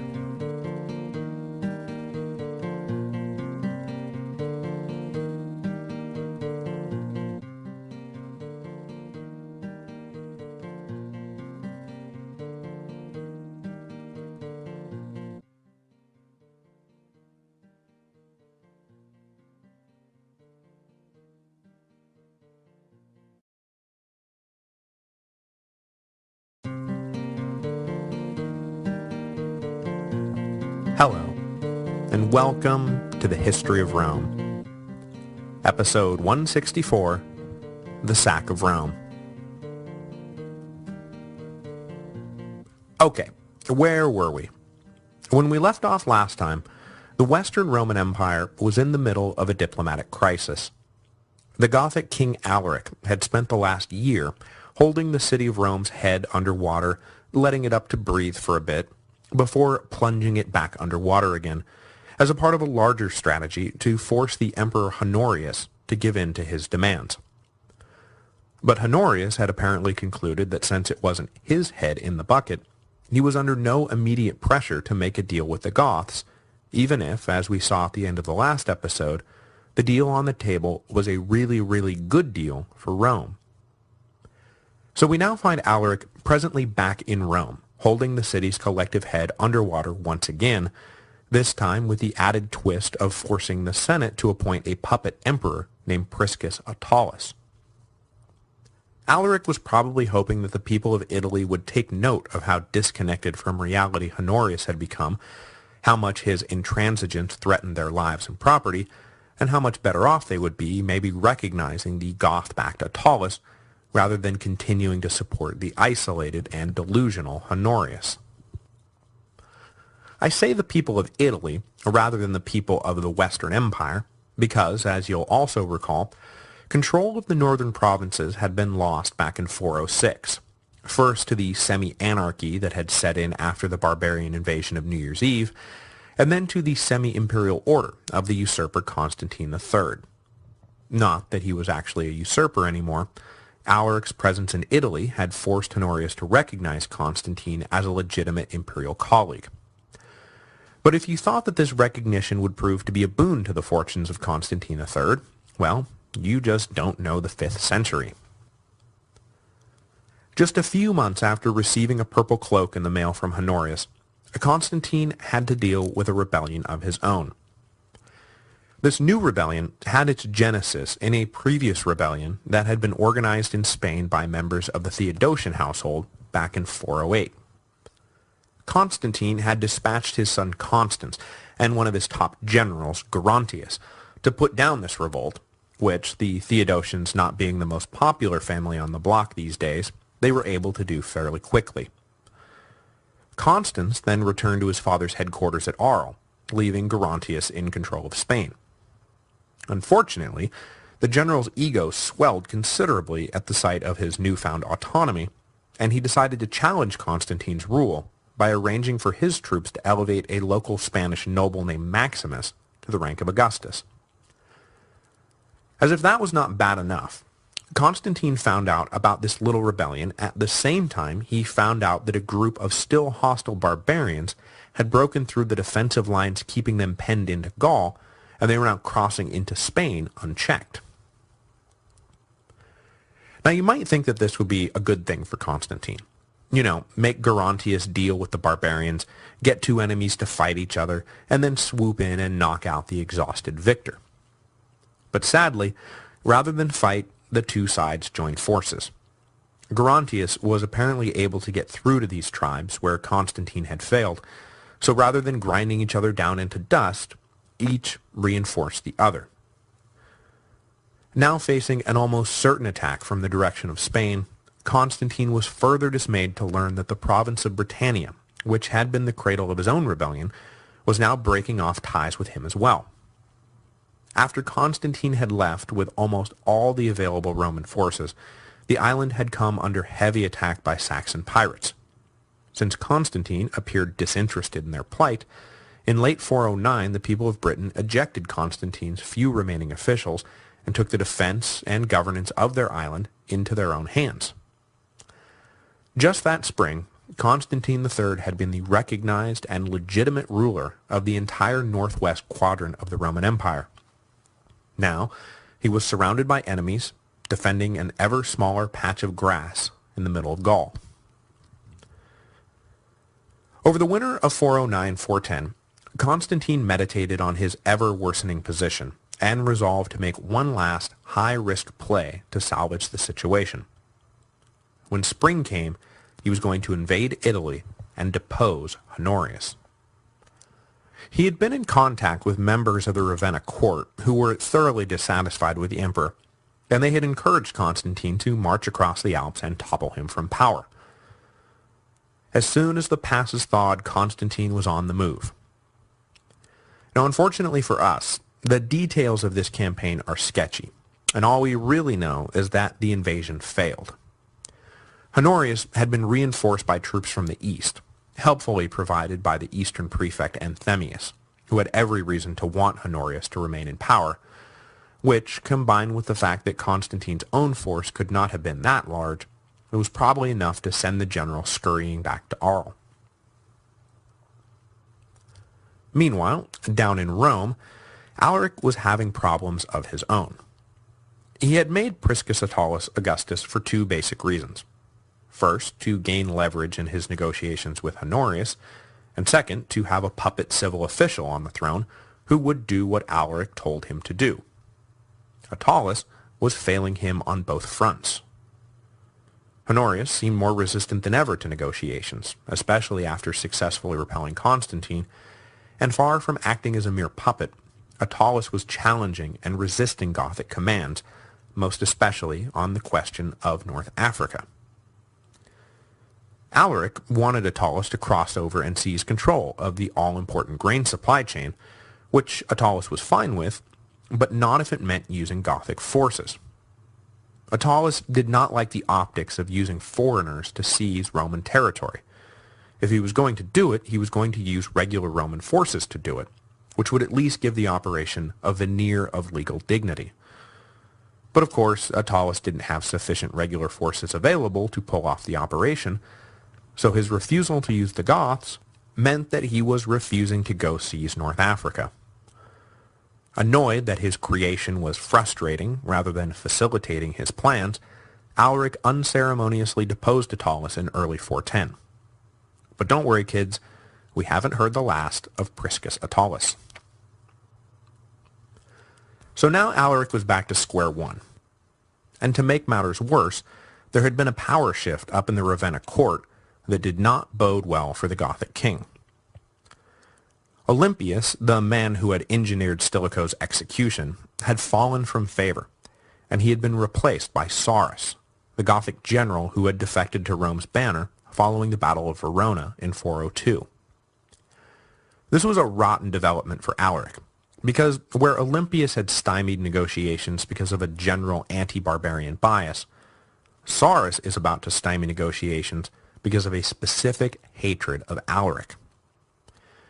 Their two families had been rivals within the Gothic community for I don't even know how long. And after the defeat at Verona, Sarus had taken the opportunity to throw his lot in with Rome, rather than continue to take orders from the hated and now beaten Alaric. So if Alaric thought he had had trouble extracting concessions from Honorius before, well, now that his blood enemy Sarus had the emperor's ear, there was no chance of anything ever getting done. Alaric pressed on, however, and in midsummer he was back in North Italy to resume negotiations with Ravenna. When these talks appeared to be progressing, Sarus used his authority as commander of the emperor's troops to destroy any and all goodwill between the two sides. Without warning, he ordered his troops to attack a contingent of Alaric's army. Nothing came of the battle, and it did not drive the two sides into open war, but it did convince Alaric that talking was officially hopeless. He was never going to get anywhere he wanted to go by remaining at the bargaining table. It was time to act. So he withdrew back to Rome and placed it under siege for the third time in just over a year. But this time it was not a negotiating tactic. He was not waiting for the Senate to buy him off. No, this time he was going all in. The Goths were going to sack Rome. As the siege began, the first major prize of the assault fell into Alaric's lap. Gallia Placidia, the youngest daughter of Theodosius and one-time fiancée of Stilicho's now-dead son Eucharius, had been living in Rome following Olympias's coup, and when this much more serious siege began, she attempted to flee the city. Captured by Gothic soldiers, she became a highly valuable hostage to the Gothic cause. As we will see, Placidia's stay with the Goths would not be temporary, and it would be a full decade before she was released back into the custody of the Ravenna court. But fear not, she was no passive hostage. Her capture in 410 was simply the beginning of a remarkable political career that will see her first influencing and then outright directing Roman state policy until her death in 450. We will have much more to say about good Gallia Placidia as we move forward. So, welcome to the stage, Your Highness. Which brings us to, yes, here we are. Way back in episode 10, Barbarians at the Gates, we discussed the sacking of Rome by Brennus and his long-haired Gauls. When it was all over, I noted that it would be some 800 years before Rome was sacked again. Well, here we are, 800 years and 170-odd episodes later, on the extreme opposite end of the bell curve of Rome's power. On August the 24th, 410 AD, slaves inside Rome opened the Salarian Gate, allowing Alaric and his Goths to come flooding into the city. The Roman city militia, just enough to man the impressive Aurelian walls, had no hope of standing against the Goths in open combat. For the first time in almost a millennium, Rome was helpless and at the mercy of an enemy. But interestingly, there was mercy to be had. As I've mentioned in passing, Alaric's sack of Rome was not an unrestrained anarchic affair. At this point, both the sacking Goths and the sacked Romans were Christians of one sort or another, so Alaric declared churches and religious artifacts to be off-limits. And further, he sent out word to the citizens of the city that anyone taking refuge in a church would be left alone. Blood would not be spilled in the houses of God. But beyond that, well, this was an exercise in punitive plundering, so something's got to be fair game, and indeed, most things were. The wealth of the lavish homes and old imperial residences were stripped, stuffed into bags, and carted off. Citizens caught out of designated safe areas were beaten, raped, and killed. The old pagan temples were looted without compunction, and it is with a heavy heart that I report that this is the moment when the ashes of Augustus, Hadrian, and so many other great imperial figures, which had been kept safe for centuries inside of their mausoleums, were toppled and scattered to the winds of time. For 3 days, the Goths ran amok on a destructive treasure hunt that saw the best of classical Rome looted, broken, or lost. Now, the sack of Rome was no great strategic blow to the empire in military terms.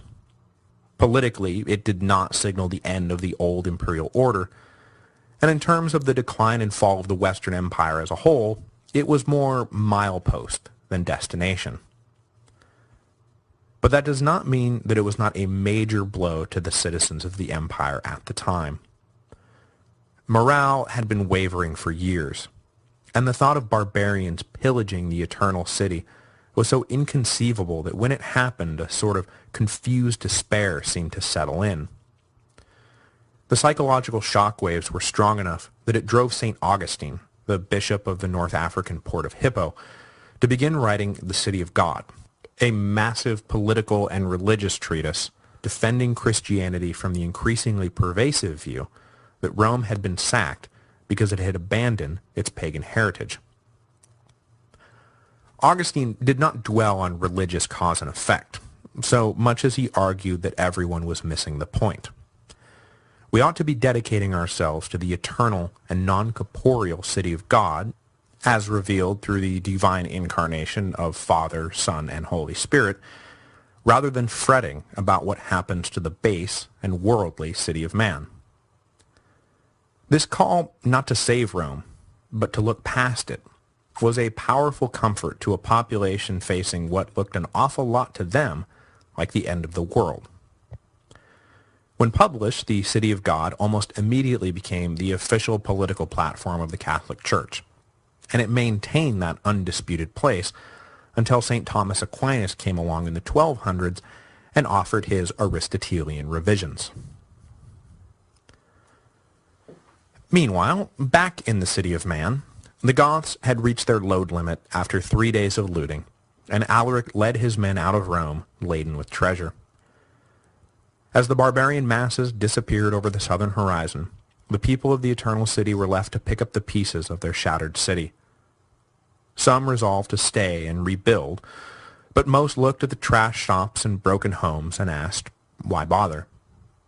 Refugees began to stream out of Rome, beginning a cycle of economic depression, exodus, further economic depression, and further exodus that would in time take Rome from a population high of perhaps 1 million people down to a low of just 20,000 during the Middle Ages. After rocking the Roman world by sacking its most sacred city, though, Alaric did not dwell on the place he had just earned for himself in history. He was already on to the next big thing.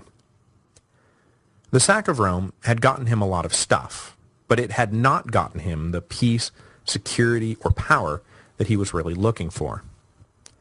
If threatening, and then looting, Rome had not been enough to shake Honorius out of his stubborn stupor, then maybe cutting off the Italian food supply would be.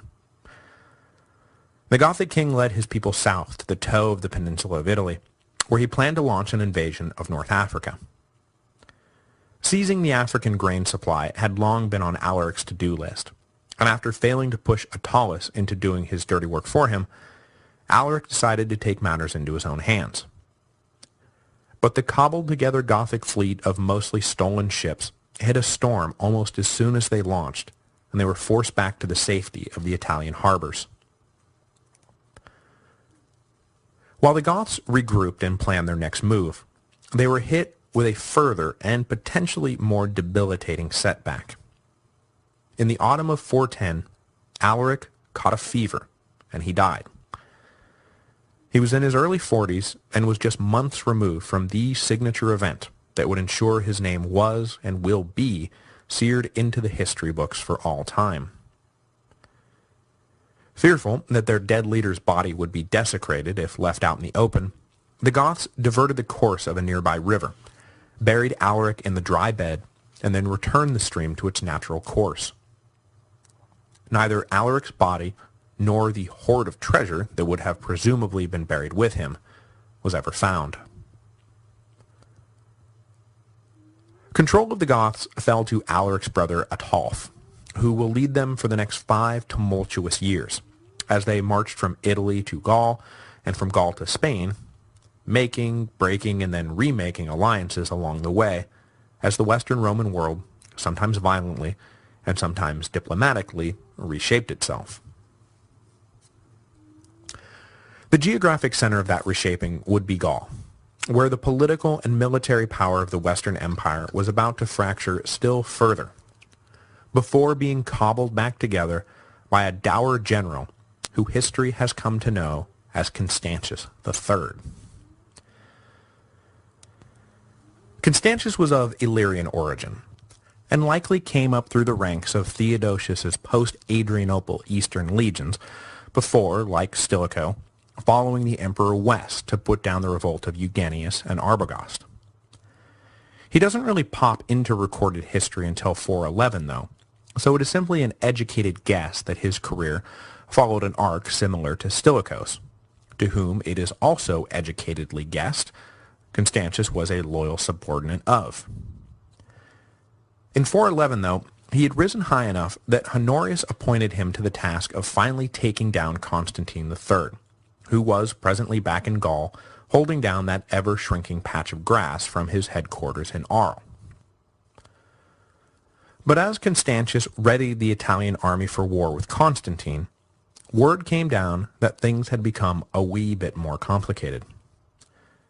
The general Gerontius had finally launched his expected attack from Spain, and after defeating a division of Constantine's forces near modern Vienne, he had moved on to Arles and put the city to siege. So now Constantius was facing two hostile armies in the same place at the same time. To get to Constantine, he would have to go through Gerontius.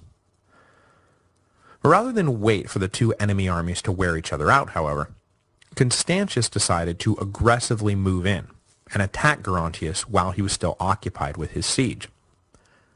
This proved to be a winning strategy, because Gerontius's disunited army of barbarians and regular Roman forces panicked at the first sight of Constantius's army, and most of Gerontius's men chose to desert to the approaching Italian army rather than fight a battle trapped against the walls of Arles. Abandoned by his troops, Gerontius fled, but he appears to have been tracked down and cornered by Spanish soldiers from his own ex-army, and likely killed himself after becoming trapped. Back in Arles, the breaking of Gerontius's army had done nothing to improve the situation for Constantine, however, as Constantius simply stepped in and resumed the siege. Constantine's only hope was that Frankish reinforcements from the Lower Rhine would arrive in time to lift the siege. But, though said reinforcements did arrive in time, Constantius simply drove them off, which is not so good if that was your only hope. And indeed it was. When Constantine desperately called for reinforcements a second time, the call was ignored by the soldiers remaining in the Lower Rhineland. They were no dummies. They could see which way the winds were blowing. Constantine was now on his own. Constantius sent a note into the city promising that if Constantine ended his resistance and handed himself over, that he would be allowed to live. Recognizing that his position was hopeless, Constantine agreed to the terms and surrendered. But as was so often the case in these situations, Constantius's deal was just a ruse to lure Constantine out of the city, and the captured general was executed while on the road from Arles to Ravenna. Okay, so that's it then, right? Constantius has come along, saved the day, and defeated all existing enemies of the imperial throne. The Western Empire is now back under the united control of Ravenna. Right? Oh, would that it were so. But as Arles was falling, a new usurper appeared along the Lower Rhine. The forces gathered there, dominated by a mix of Franks, Burgundians, and Alans, had been aligned with Constantine until they stopped returning his phone calls. When it became clear that their patron was going down, they grabbed a local Gallic noble named Jovinus and hailed him as Augustus in the city of Mainz. Like an oversized game of whack-a-mole, as one usurper got whacked, another popped up on the other side of the board. But before he could deal with this new usurper, Constantius was going to have to come back to Italy and deal with a more immediate problem. Ataulf and the Goths had been making their way north, and were now getting a bit too close to Ravenna for anyone's comfort. So Constantius headed back across the Alps to hopefully push the Goths out of Italy once and for all.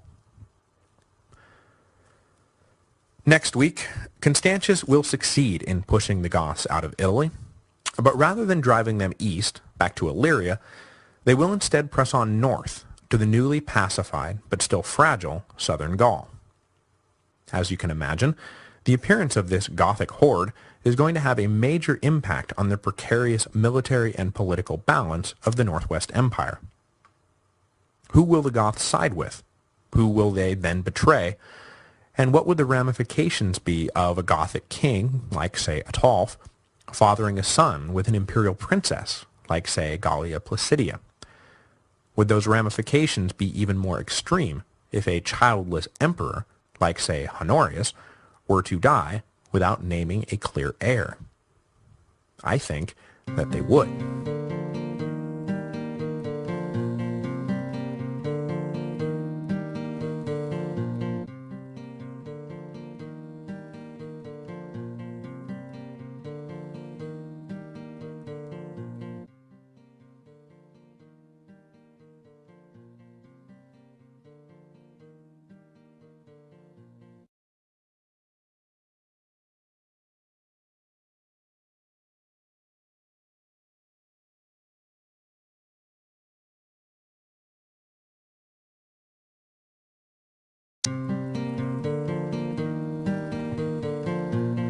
Hello, and welcome to the History of Rome.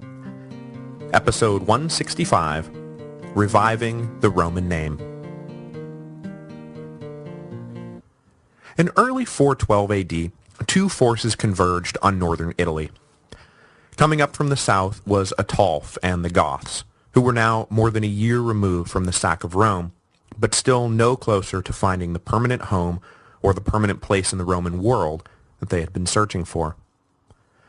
Coming down from the north was Constantius III, commander-in-chief of the Western Roman army, who had just whipped two usurpers in the span of a single summer. Neither side was entirely sure what the motivations of the other were, so they gingerly skirted around each other, trying to get a feel for what the other intended to do. Were the Goths going to follow up on their sack of Rome by attacking Ravenna? Was Constantius going to go for the hat trick and press for a decisive battle? As it turned out, the answer to both of these questions was a resounding no. Ataulf was obviously interested in all the things Alaric had been interested in: a homeland for the Goths, a regular stipend for his people, and a place in the Roman military order for himself personally. But he was not particularly interested in using brute force to get there. At least not at the moment. Constantius, for his part, opened with a hard line, ordering the Goths to leave Italy immediately, but he was clearly not sitting on a hair trigger. A battle with the Goths, even a victorious battle, risked the precious military resources of the faltering Western Empire. Neither side wanted a battle, and so it was to everyone's great relief that the Goths decided to leave Italy without a fight, and Constantius decided to let them go without a fight. The man who did the most to convince Ataulf to leave Italy was, surprisingly, the deposed puppet emperor Priscus Attalus.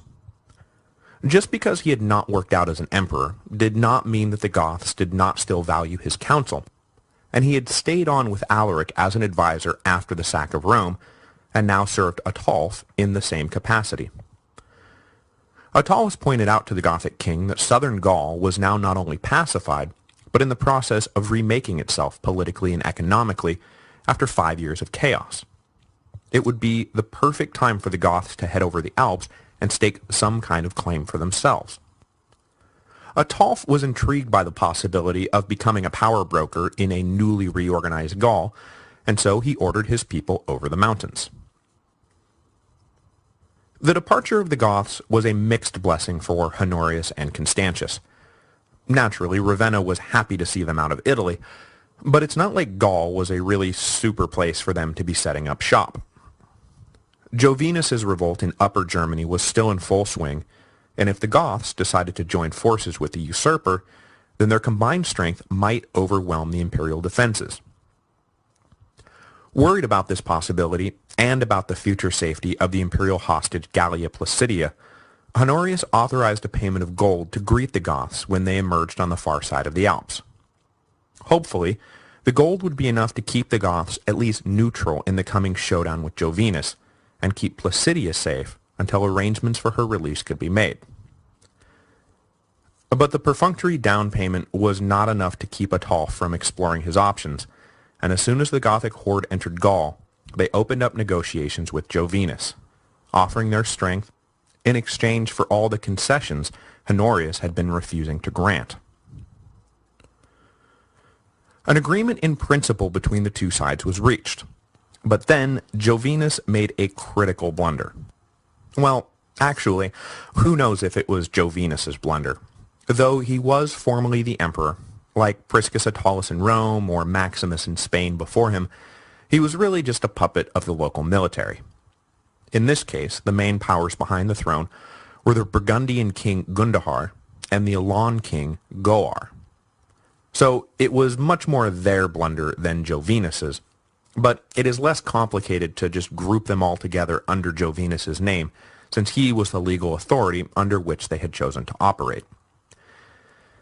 Anyway, their collective blunder stemmed from an imperial soap opera that had played out down in Ravenna, where ever since the rise of Constantius, the Goth general Sarus had fallen from favor. This falling out was mutual, however, as Sarus was still nursing a grudge against Honorius for not properly punishing the men who had betrayed and executed Stilicho, the man who had brought Sarus over to the Roman side in the first place. Sarus was also annoyed that one of his retainers had been recently murdered, and no one seemed interested in investigating the matter properly. With the Goth incessantly complaining about the emperor's inaction, and Constantius proving himself to be an eminently capable military commander, Sarus was pushed out of the inner circle in 412. In a huff, the Goth general sent a note up to Jovinus, offering the usurper his services, and he began to march north with a group of 28 still loyal retainers.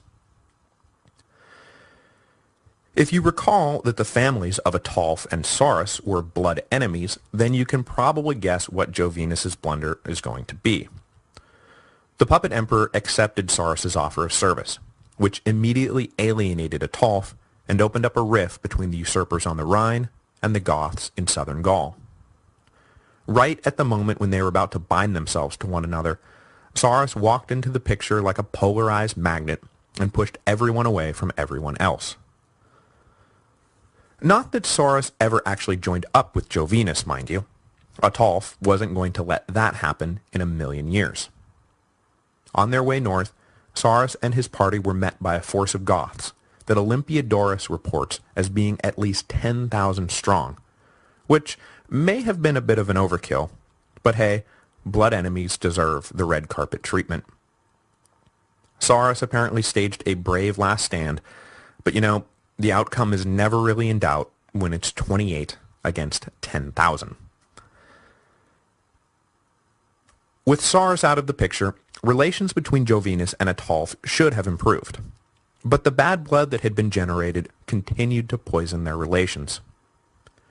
Shortly after Sarus's death, the barbarian kings backing Jovinus decided to elevate their puppet's brother Sebastianus to serve as co-emperor. This unilateral move to expand the imperial college without even discussing it with him offended Ataulf mightily. If the Goths were going to play a meaningful role in an alliance, then they were going to have to be consulted when it came time to elevate new leaders. Already in a mood to be ticked off by the actions of Jovinus's court, Ataulf was ticked off by the actions of Jovinus's court. So instead of the Goths and the Rhine armies joining forces and potentially overrunning Constantius and the imperial legions, Ataulf sent a message down to Constantius saying, hey, it turns out I don't like these guys any more than you do, so what say we join forces and whack them back into the Stone Age? Constantius, who was more than happy to let the Goths take the lead in attacking Jovinus, agreed that an alliance was a mighty fine idea. So, either in the autumn of 412 or the spring of 413, Ataulf and the Goths advanced north to confront the forces of Jovinus and Sebastianus. And by that I mean, of course, the forces of Gundahar and Goar. The two sides faced off at some indeterminate location in central Gaul, and the Goths carried the day, capturing Sebastianus in the process. The junior puppet was handed over to the prefect of Gaul, who immediately had him executed. Definitely now in 413, Ataulf followed up his victory by laying siege to Jovinus at Valentia in south-central Gaul. Valentia soon fell, Jovinus was captured, and like his brother, was executed by the prefect of Gaul. The heads of both brothers were then sent down to Ravenna, where they were publicly displayed, before being sent down to the North African port of Carthage, where they were publicly displayed again to warn off anyone contemplating insurrection in the breadbasket of the Western Empire. Ataulf's quick work against Honorius' enemies re-cemented the positive working relationship between the Goths and the Romans that had been shattered by the death of Stilicho 5 years earlier. Ataulf certainly saw bright enough days ahead that on January the 1st, 414 AD, he forged a familial alliance between the two nations by marrying his imperial hostage, Gallia Placidia. Hinting at his long-term ambitions, Ataulf wed Placidia in a traditional Roman wedding, and himself wore the uniform of a high-ranking Roman general for the occasion.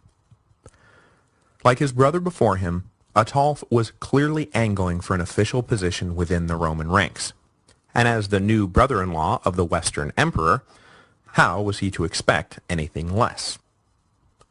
Further evidence of Ataulf's intentions comes to us by way of Honorius, a contemporary, that is, contemporaneous, Christian historian who published a history of the Roman Empire in 417 or 418.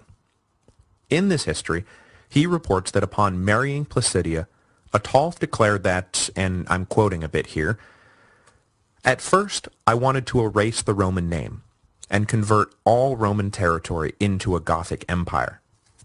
I longed for Romania to become Gothia, and Ataulf to be what Caesar Augustus had been. But long experience has taught me that the ungoverned wildness of the Goths will never submit to laws, and that without law, a state is not a state. Therefore, I have more prudently chosen the different glory of reviving the Roman name with Gothic vigor, and I hope to be acknowledged by posterity as the initiator of a Roman restoration, since it is impossible for me to alter the character of this empire." Now, of course, Ataulf never actually said this. As was the case with ancient histories, the actual speech would have been written by Honorius.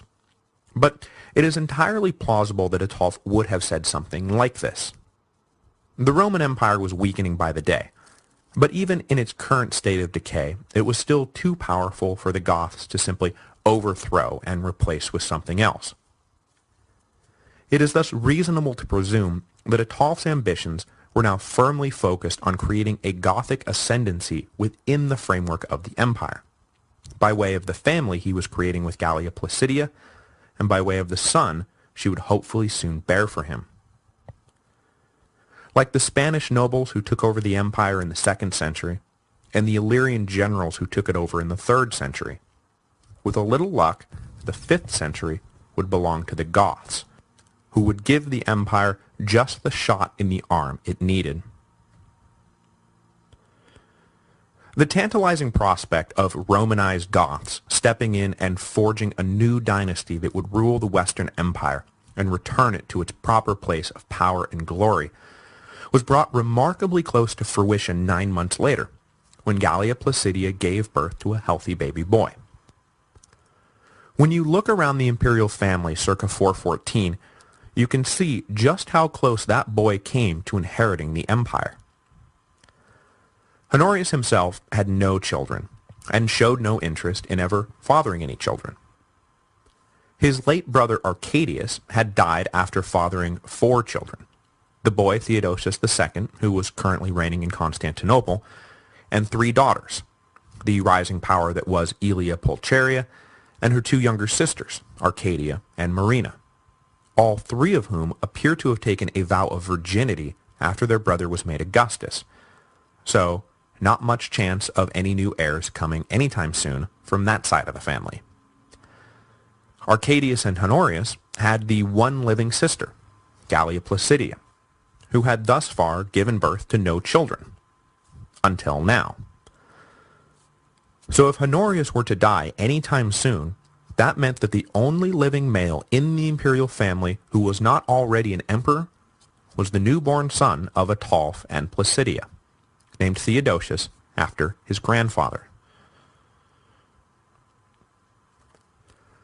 But just as the empire seemed poised to give itself over to the Goths, the course of history suddenly shifted again.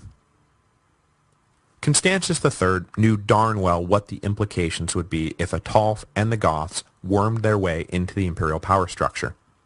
He'd be fired from his job and most likely executed.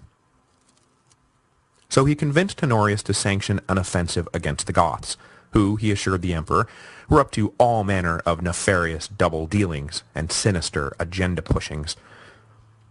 The emperor was already unhappy that the barbarian king had made a wife of his sister, and so he approved Constantius's plan to break Ataulf and the Goths, despite the good work they had just done on his behalf.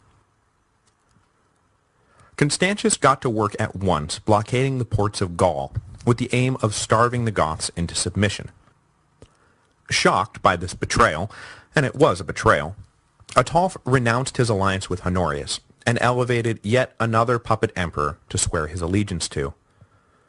And since, hey, why not, he's here and still technically a Roman senator, Ataulf decided to re-elevate Priscus Attalus to the rank of Augustus.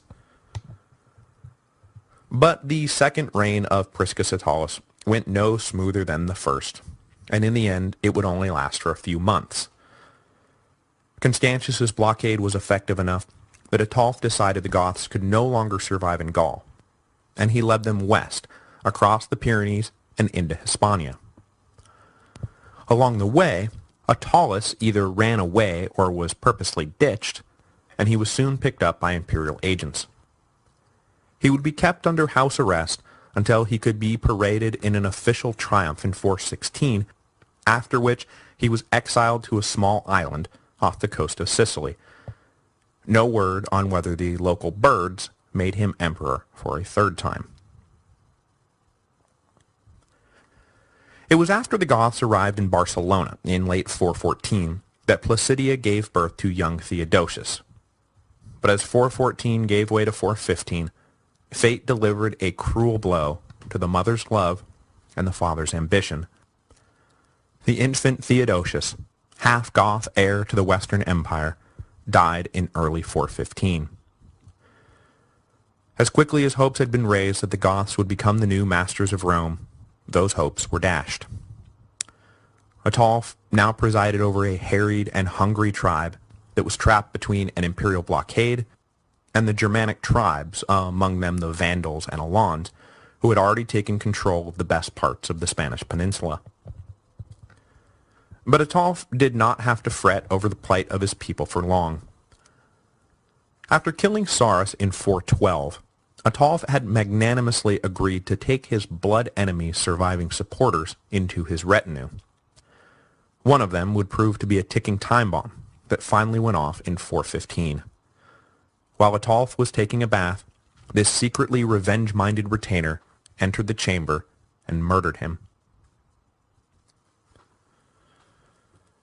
The sudden murder of their king had two major effects on the Goths. First, it sent their political order spinning into chaos, and second, it was debilitating to general morale. When Alaric had died, Ataulf was right there, ready, willing, and able to step into his brother's shoes. But when Ataulf died, there was no clear-cut replacement waiting in the wings, and so a power struggle ensued. Seeing the throne open, and resting his legitimacy on better to ask forgiveness than permission, a noble named Sigeric bypassed the usual election process and seized the crown for himself, possibly within hours of Ataulf's death. Sigeric is a doubly interesting figure because he was the brother of Sarus, and thus came from the minority faction that had long chafed under the rule of Alaric and Ataulf's families. So this was not just a power grab, it was a power grab by the long-standing enemies of the entrenched parties. Sigeric's attempt to realign Gothic politics, however, quickly fell apart, and just 7 days after seizing the crown, he himself was assassinated and replaced by a cousin of Alaric and Ataulf's named Wallia, or Wallia. Wallia, supported by the majority of the Goths in Barcelona, was able to hold on to power until his death in late 418 or early 419, a short reign that will see relations between the Romans and Goths repaired. But instead of the Goths dictating terms, as Alaric and Ataulf had envisioned, Wallia would be forced to accept that it would be the Romans who dictated the terms in the end. The fact that Wallia could relent to Roman pressure, accept vassal status for his people, which he is about to do, and maintain his hold on power, is proof of the second great consequence of Ataulf's death, that morale within the Gothic ranks was driven to pretty dismal lows. Since the death of Stilicho, they had been on a pretty good run. They had been reinforced by the remains of Radagaisus's army, laid successful siege to Rome, and then gotten paid a pretty penny to go away, came this close to forcing Honorius to give them independence and a cash stipend, sacked Rome without breaking a sweat, defeated Jovinus and Sebastianus without breaking a sweat. But suddenly, the well of good fortune had dried up. Now they were wedged into a corner of Spain, the architects of their success dead, and everyone else starving. Fortune, she is a great and terrible mistress. So one of Wallia's first acts upon becoming the new king of the Goths was to open negotiations with Constantius. The Roman general announced that he was happy to lift the blockade and hand over all the grain the Goths would ever need on two conditions. First, the Goths must fight for Rome rather than for themselves, and in effect become little more than a division within the Roman army. Second, they must surrender the emperor's sister, Gallia Placidia. Wallia and his advisors considered these terms and decided they could live with them. After all, we're not the ones who had given up on the alliance we formed against Jovinus. That was all on you. If you want us to fight your battles for you, that's fine. We've done it before. Just, don't blockade us into submission when we're done. As to Gallia Placidia, well, she was a mighty valuable chip. But sometimes you have to cash in your mighty valuable chips to get stuff you need, like food, so that your children don't starve to death. So in 415, Wallia cashed Gallia Placidia in for food, which means that I misspoke last week when I said it would be a full decade before she was released from Gothic custody. I'm not entirely sure why I said that. It was only about 5 years. I just misread the dates, I guess. Sorry about that. Deal with the Goths in hand, Constantius knew exactly what he wanted to do with his new auxiliary army. He wanted them to retake the Spanish peninsula from those still loose barbarian squatters who had set up shop there. Wrenching back control of Spain from these tribes, mostly Alan and Vandal, was not just a matter of satisfying Roman pride, or making the map look clean and pretty again. It was a matter of raw economic calculation. Their presence was disrupting the collection of taxes. Hispania had always been a well-insulated cash cow for the Western Empire, but now, suddenly, the milk had dried up, which was a terrible development because Spain had been just about the last steady contributor to the imperial coffers over the last few years. Italy had been ransacked by the Goths. Gaul had been overrun by barbarians and civil war, so it's not like there was a lot coming in to begin with. The loss of Spain was making the imperial position completely untenable. On top of all that, the island of Britannia was looking more and more like it was never coming back into the Roman fold. In fact, I buzzed past this last week, but historians tend to date the permanent abandonment of Britain by the Romans to 410 AD. After expelling Constantine III's officers and taking the defense of the island into their own hands, the local Britons found themselves outgunned by the incoming Saxon pirates.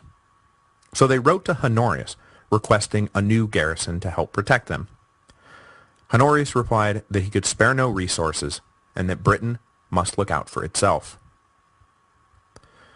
Now, had things gone a little different, this might have wound up being merely a temporary retreat.